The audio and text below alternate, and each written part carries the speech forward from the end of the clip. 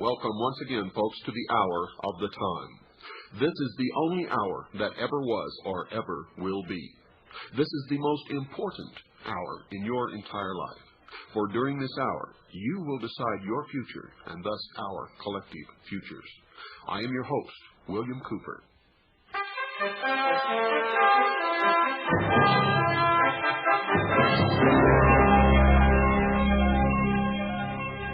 The enemy has struck. One radio show in this country is under all-out attack. Out of tens of thousands of radio talk programs, one and only one has been chosen for destruction. The attack is in the form of an unsigned 4-page document that drips with venom and lies. The target? The hour of the time. This attack rivals even the best efforts of the old communist propaganda machine. Stay tuned.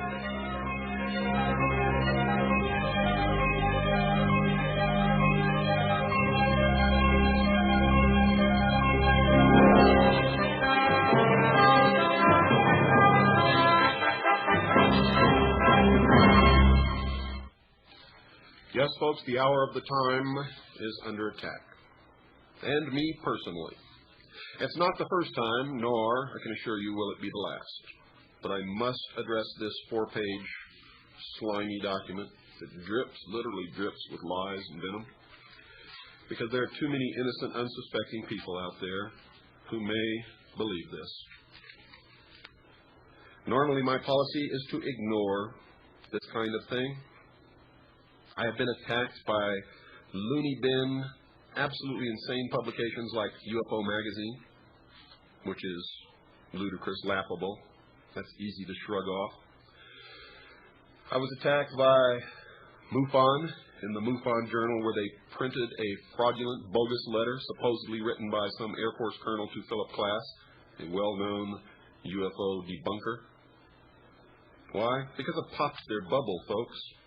I've popped their bubble. I've revealed to the world that this whole UFO extraterrestrial thing is nothing more than a ploy to create an external enemy, which they can use to destroy the sovereignty of nations and unite the world in a one-world totalitarian socialist government.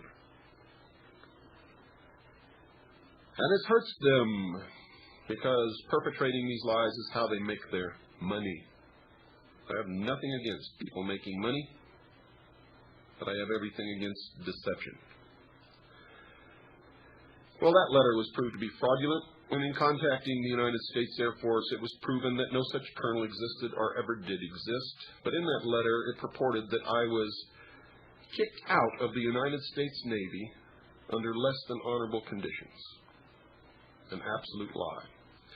My service record and my DD-214, my discharge papers, are published in the appendix of my book, folks. And I had very long and honorable service. I was honorably discharged, and during my military service I earned many citations, awards, and medals for combat. And not only for combat, but for valor in combat. See, 2 of my medals have the V for valor awarded along with them. So, now we come to this. Whenever these people have attempted to meet me face-to-face in a debate or in a radio talk show, they have always slunk away with their tail between their legs, hanging their head in shame, because they never have their facts right, they're never prepared, and for some reason they seem to think that I'm going to show up the same way, and I never do. So they resort to these things. We know 3 things right off the bat about the person who wrote this or the organization that wrote this. 1, they are miserable, abject cowards. Miserable, abject cowards because they do not identify themselves, they do not sign their name, they do not print the name or address of their organization. Only cowards do that. Only cowards send anonymous letters, especially when it drips with venom like this. And they know that should they be identified, they would quickly be hauled into court and raked over the coals, and that's exactly what's going to happen if we can find out who they are. So, right now, I'm going to offer a $100 reward for any information on the identity of the people are a person who wrote this paper. 4 pages entitled The Hour of the Crime, or Tricks, Lies, and Videotape. Plus a free membership to CAGI. All total, that's $145, folks. $145. Plus, to the person who can identify the writer of this, I will also throw in our new documentary on the Kennedy assassination that we are just now completing, that nobody's ever seen, that is talked about in this thing, that the author of this lie has never seen, therefore knows nothing about, but attempts to discredit it before it even comes out.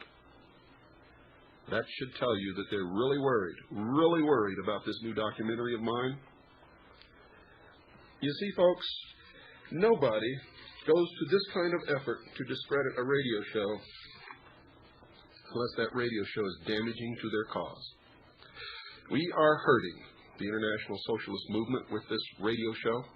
We are hurting those who would destroy the Constitution, this nation, freedom, and freedom for the world.